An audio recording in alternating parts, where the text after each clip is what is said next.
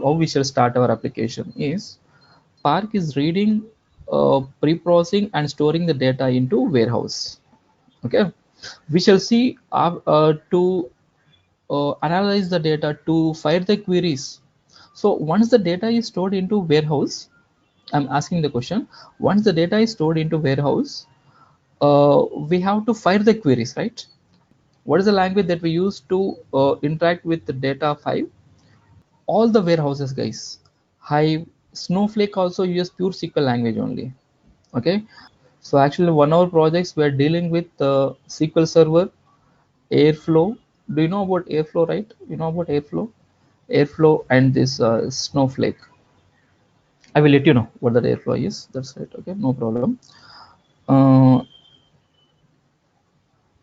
right now, this Spark is doing reading, pre-processing, and storing into VSDFS. Sorry, in any warehouse, any storage system. Now, where this Spark has to run, this is, the data is available in storage system here. It is getting stored into some warehouse. In between, the Spark is doing all this. The Spark is doing all this. So where does Spark should sit on to do all this? It must be there somewhere to do all this, right? What is that required to do all this?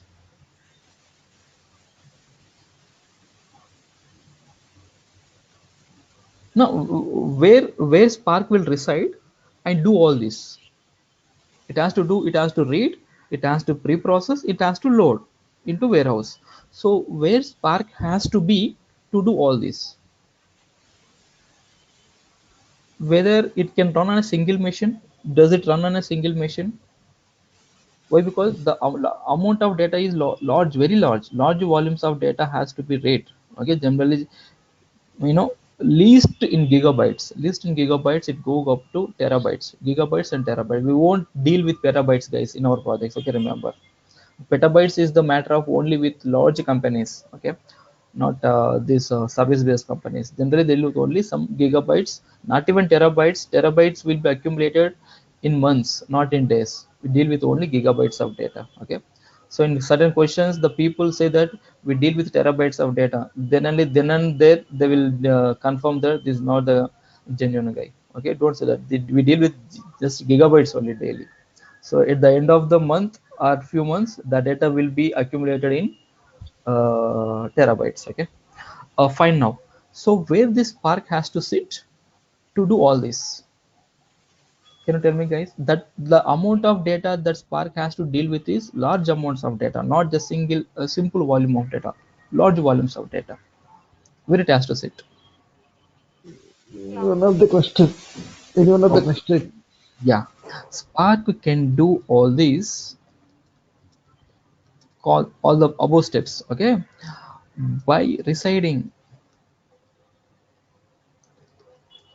on a cluster. What type of cluster? On a distributed computing cluster.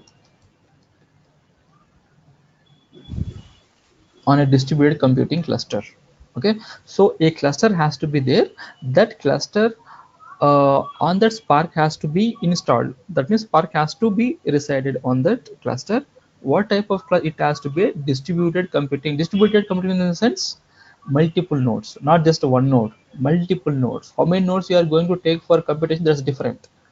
It can be in tens or hundreds. Okay, but that processing has to be supported to run on multiple nodes. That is called as distributed. The data has to be distributed and processed and finally stored. Okay, this is what. So what are all the distributed computing clusters where Spark can do all this?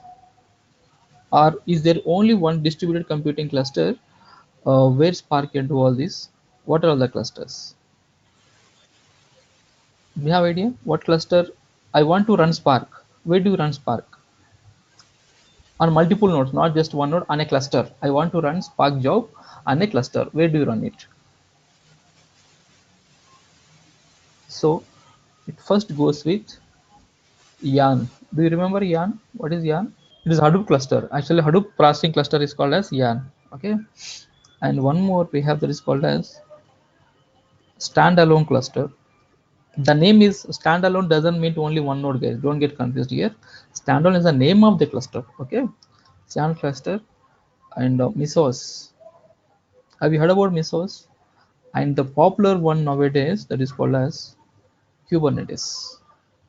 Okay, yarn standalone, mesos and Kubernetes, these are the four computing clusters that will support Spark jobs. Okay, that support Spark jobs. We can run Spark jobs on yarn cluster or mesos cluster, standalone cluster, or Kubernetes. Okay, these are the four different types of cluster that are going to, we can use whatever we want. So this is becoming popular nowadays, Kubernetes. Like Hadoop, Kubernetes is also a product of Google. Remember, Google, Hadoop is based on Google's big data, right? I think Google's is a product of, it's a product that was built from the product inspired by Google's product only. Okay, so Kubernetes is also a product of Google, and now they have made it open source, and now it is available for everyone. So Kubernetes is also one of the cluster, computing cluster, where we can run the Spark jobs. This entire pipeline has to be automated. This entire pipeline has to be automated. You got my point, right? What do you mean by automated? You know, if we trigger one job or one program, the entire pipeline has to be executed. You got my point, right? Reading from S3, pre-processing and processing and loading into warehouse. This entire pipeline has to be automated. We don't do it manually. We should not do it manually every day. Reading from, we should not run a Spark job separately to read, to process, and to store warehouse. We don't do all this. It has to be automated, this entire pipeline. So we have certain tools for this automation also, or this pipeline, creating a pipelines. For the creation of pipelines, for scheduling the jobs, we call it as scheduling the jobs, or creating pipelines, or scheduling a pipeline. What are the tools do you have? I think in Linux, what is that we use? What job we create to schedule a pipeline? To schedule, mainly to schedule a pipeline. The job is called as what? Cron job. Generally, we call the job a cron job. We schedule the, right. Okay. A tool has come into market which is becoming very very popular. That is called as Airflow.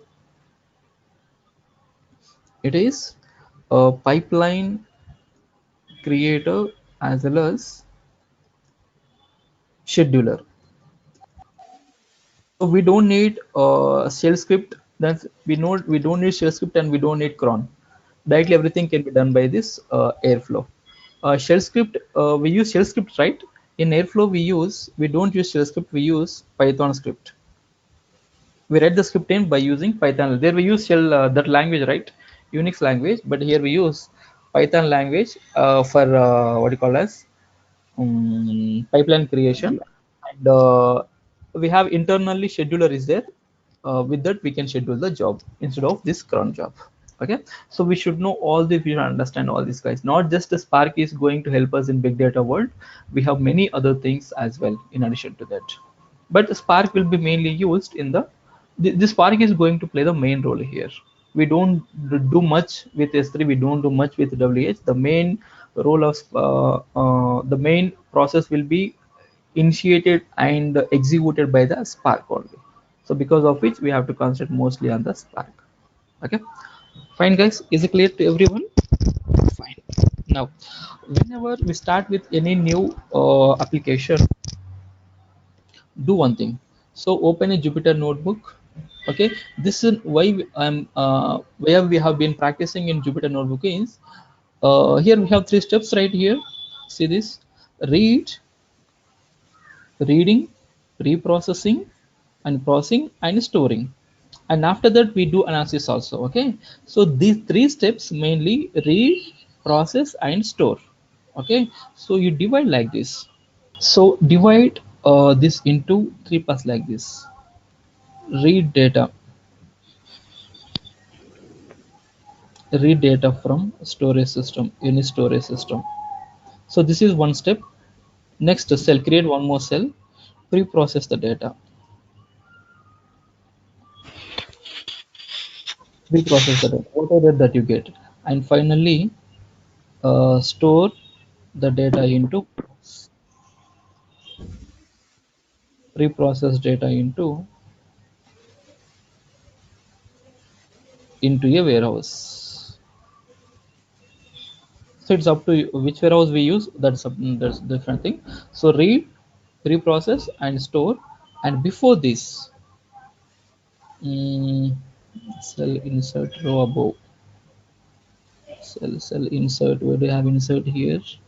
Yeah, insert cell above. Fine. So before this, we need to configure or create Spark driver or Spark driver with required configurations. What are my configurations here? Where to run Spark, on which cluster the Spark has to run, and what is the amount of memory that is required for Spark job, how many nodes we have to use. Okay, so let me write all those. Which cluster and memory, how much memory, and CPUs and the number of nodes. Okay, all these and what are all the dependencies, everything that we have to mention in the first step. Second step is read, pre-process, and write. Okay, so when we have a simple any pipeline, try to create cells like this, and we can, with this, what we can do in Jupyter is, if we have any issue in this cell in this code, we can debug and we can test here itself. And if we have any issue in this, we can run only this part, this cell, and we can see the output. Okay, it's for debugging purpose, it will be very very useful. So after everything is working fine, all the four steps, then what to do? Just copy the code as it is into PyCharm. I think in earlier days, some days we have discussed about the PyCharm. So in the copy the code into PyCharm, and there get ready the project, the entire pro code must be created as a project there. So create like a project, and create some py file or some zip file so that it can be deployed onto the cluster. Okay, so I will show you how to do all those, but these are the things that we have to remember to deploy to be used onto a what you call as program, mainly the Spark application, or we call it as Spark application. Okay, so here we create mainly the driver.